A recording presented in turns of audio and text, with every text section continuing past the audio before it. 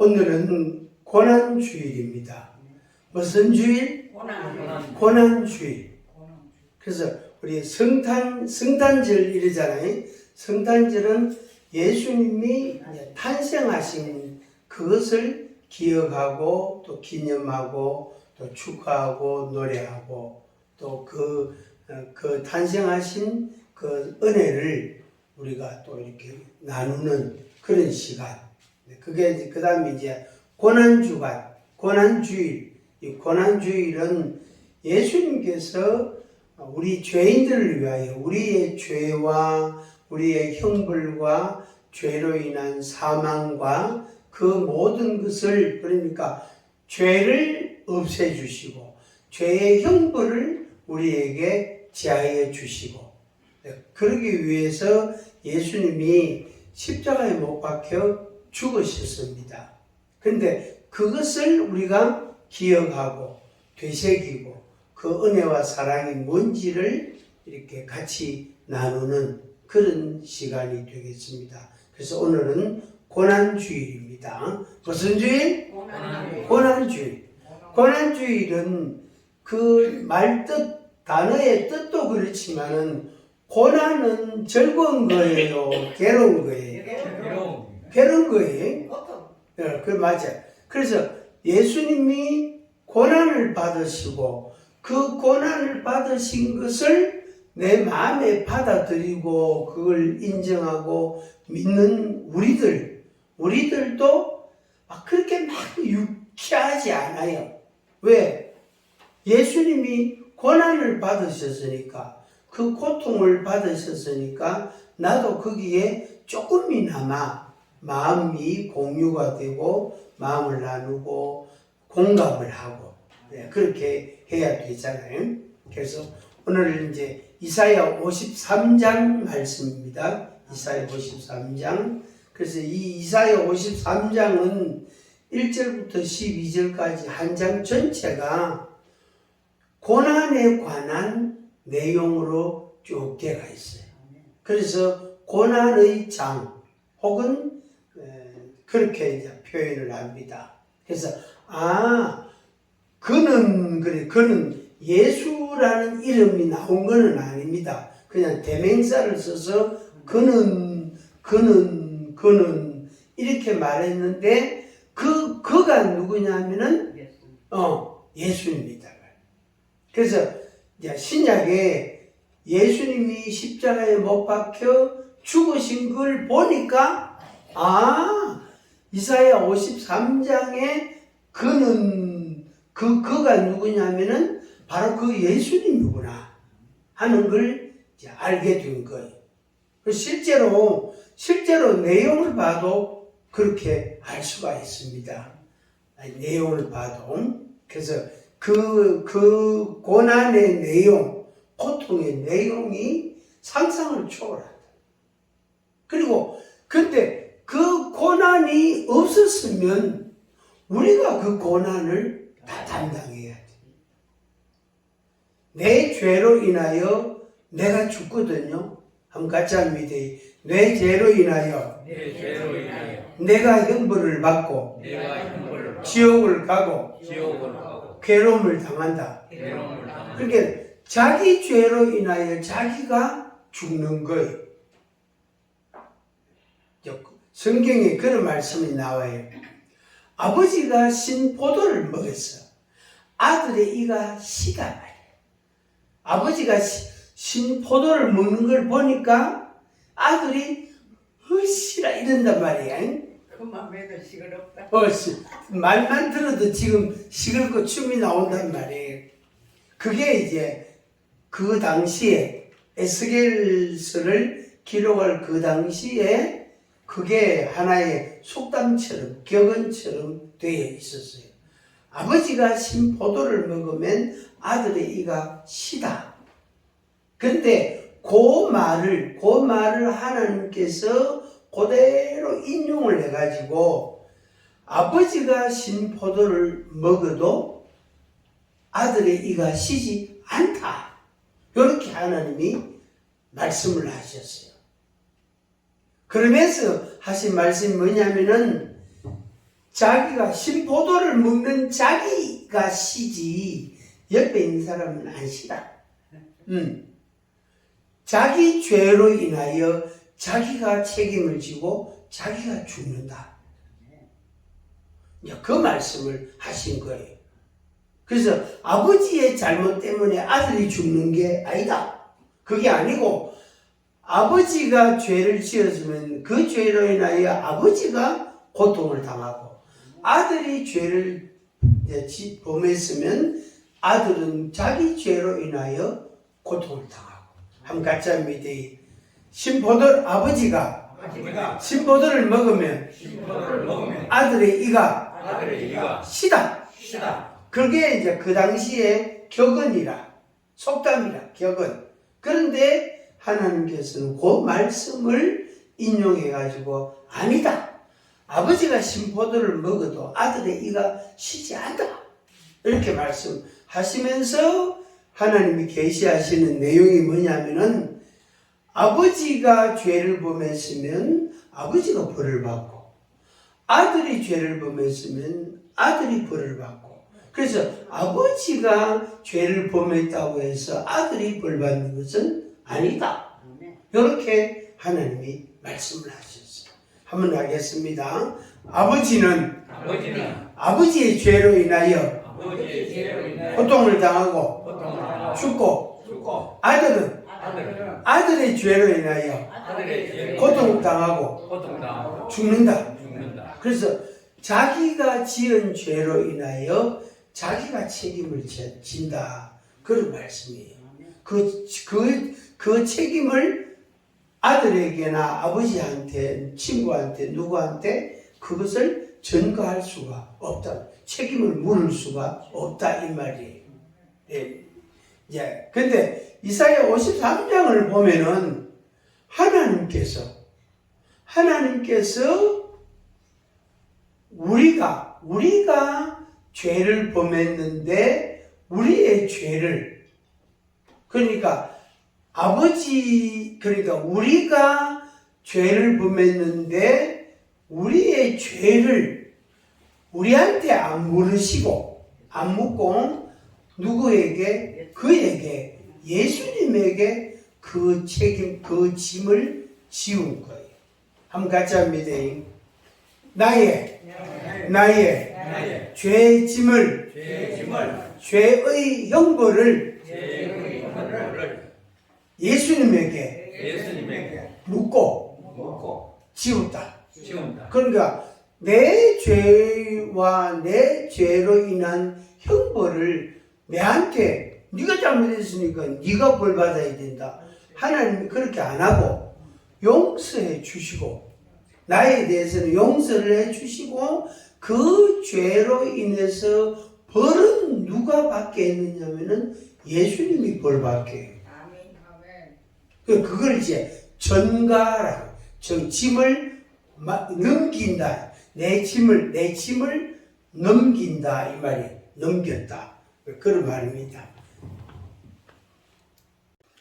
자, 이것을 신약에서 이제 이사야 53장의 이 말씀을 로마서 8장 1절 2절에서는 이렇게 표현을 했습니다. 로마서 8장 1절 2절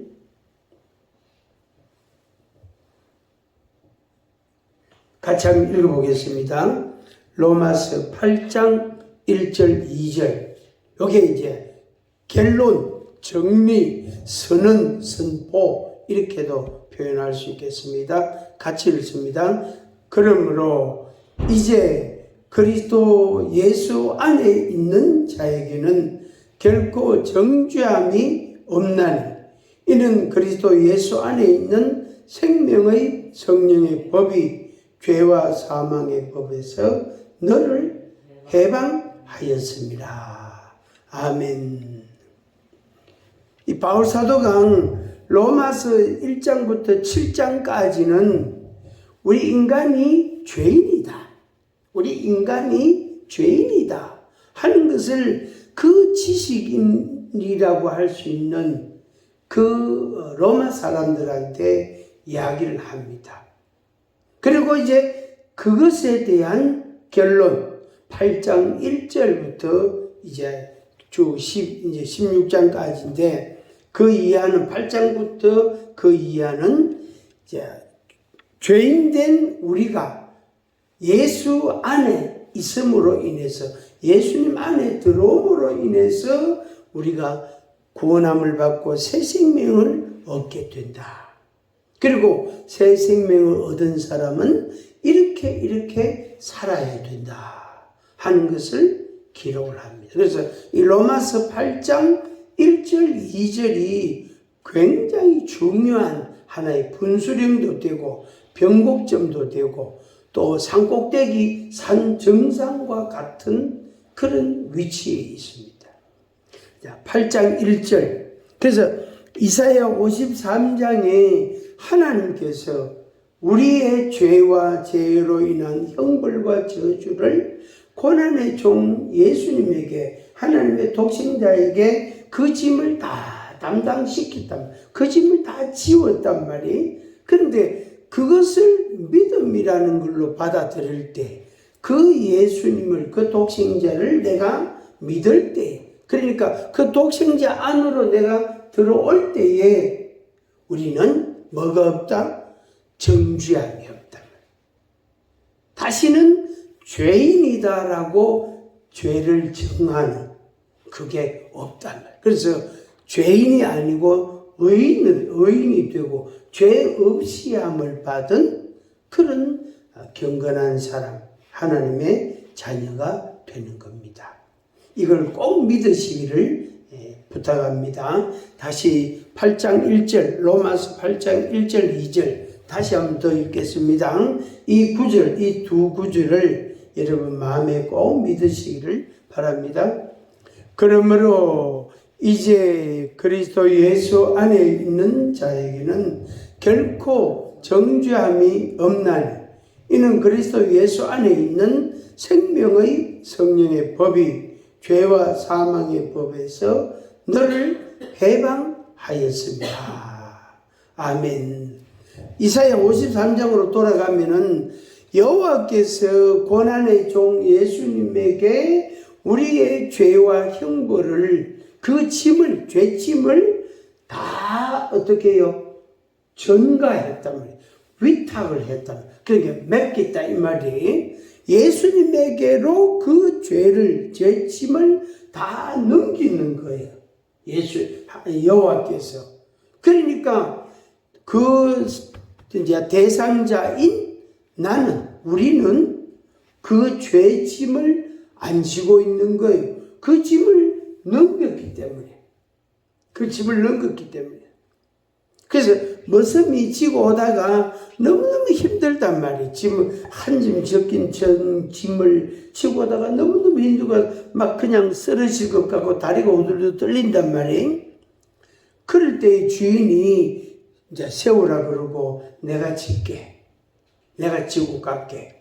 너는 요거 들고 오느라 하고 머슴한테 그렇게 이야기하고 주인이 그 짐을 지고 가는 거예요. 그런 의미처럼 우리의 짐을, 우리의 죄짐을 예수님에게 다 전가를 했단 말이에요. 다 짐을 다 지웠단 말이에요. 그러니까 나한테는 짐이 없는 거예요. 이 주인이 짐을 졌기 때문에 머슴한테는 이제 무거운 그 짐이, 지게와 무거운 짐이 지워지지 않는단 말이에요. 이게 바로 해방이라. 정죄함이 없다, 해방받았다, 이런 말씀입니다. 그래서 오늘 우리가 예수 그리스도를 믿음으로 말미암아 죄 사함을 받고 그리고 우리에게는 평화와 안식과 소망과 즐거움과 기쁨이 우리에게는 가득하게 되어지는 겁니다. 이 은혜를 여러분들이 누리시기를 바랍니다. 자, 그 다음에 이제 로마서 8장 11절 8장 11절부터 17절까지 8장 11절에서 17절까지 한 2절 정도, 2-3절 읽고 이제 그냥 끝내겠습니다.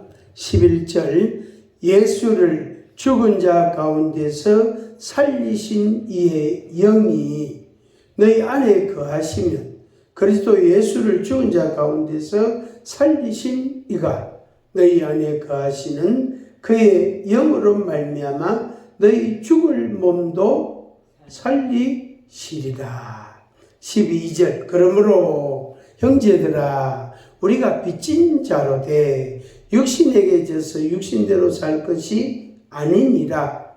너희가 육신대로 살면 반드시 죽을 것이로되 영으로서 몸의 행실을 죽이면 살리니 무릇 하나님의 영으로 인도함을 받는 사람은 곧 하나님의 아들이라. 아멘. 말씀을 정리하겠습니다. 너희 안에 거하시면 그렇죠. 너희 안에 거하시는 게 뭐냐면은 예수를 죽은 자 가운데서 살리신 이의 영이라 그랬습니다. 이거는 하나님을 가리킵니다. 그렇죠. 독생자 예수님을 십자가에 못 박혀 죽게 하시고 무덤에 장사 지내게 하시고 그 예수님을 부활하게 하신, 다시 살리신 이, 오늘 하나님을 가리킵니다. 하나님의 영, 하나님의 영적 존재니까, 영이시니까 하나님이 이 말이에요. 하나님이 너희 안에 거하시면 우리 안에 거하시다. 그래서 내가 예수님 안에 거하고 예수님이 내 안에 거하고 하나님이 내 안에 거하시고 내가 하나님 안에 거하고, 이게 이제 하나님과 나와의 영적인 교제입니다. 영적인 관계라고 표현도 합니다. 그러니까 내하고 맺었다 이 말이, 관계가 맺어졌다 이 말이, 그냥 아는 사이가 아니고 확실한 관계 정립이 됐다 이 말이. 마치 아버지와 아들같이, 엄마와 딸같이, 또 한 남자와 한 여자가 결혼이라는 걸 통해서 이제 하나가 되잖아요. 그런 것처럼 하나님과 내가 관계를 맺는 거예요. 영적으로 관계를 맺는 거예요.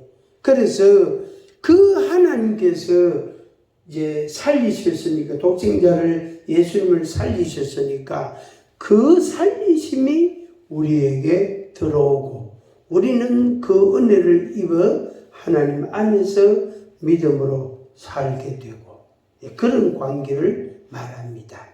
11절, 너희 안에 거하시면 그리스도 예수를 죽은 자 가운데서 살리신 이가 너희 안에 거하시는 그의 영으로 말미암아 너희 죽은 몸도 살리시리라.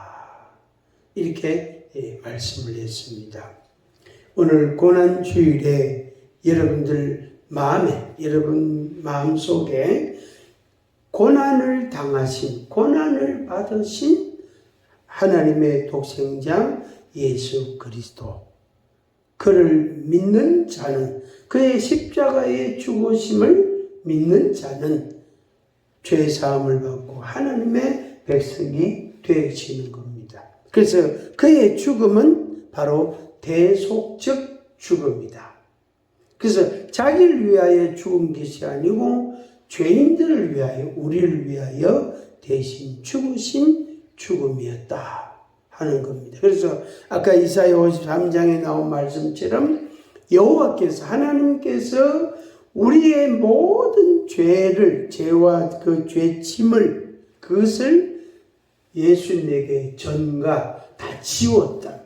짐을 다 그에게 다 지웠다. 그러면 나에게는 그 짐이 없어지는 거예요. 그게 바로 은혜고 사랑인 것입니다.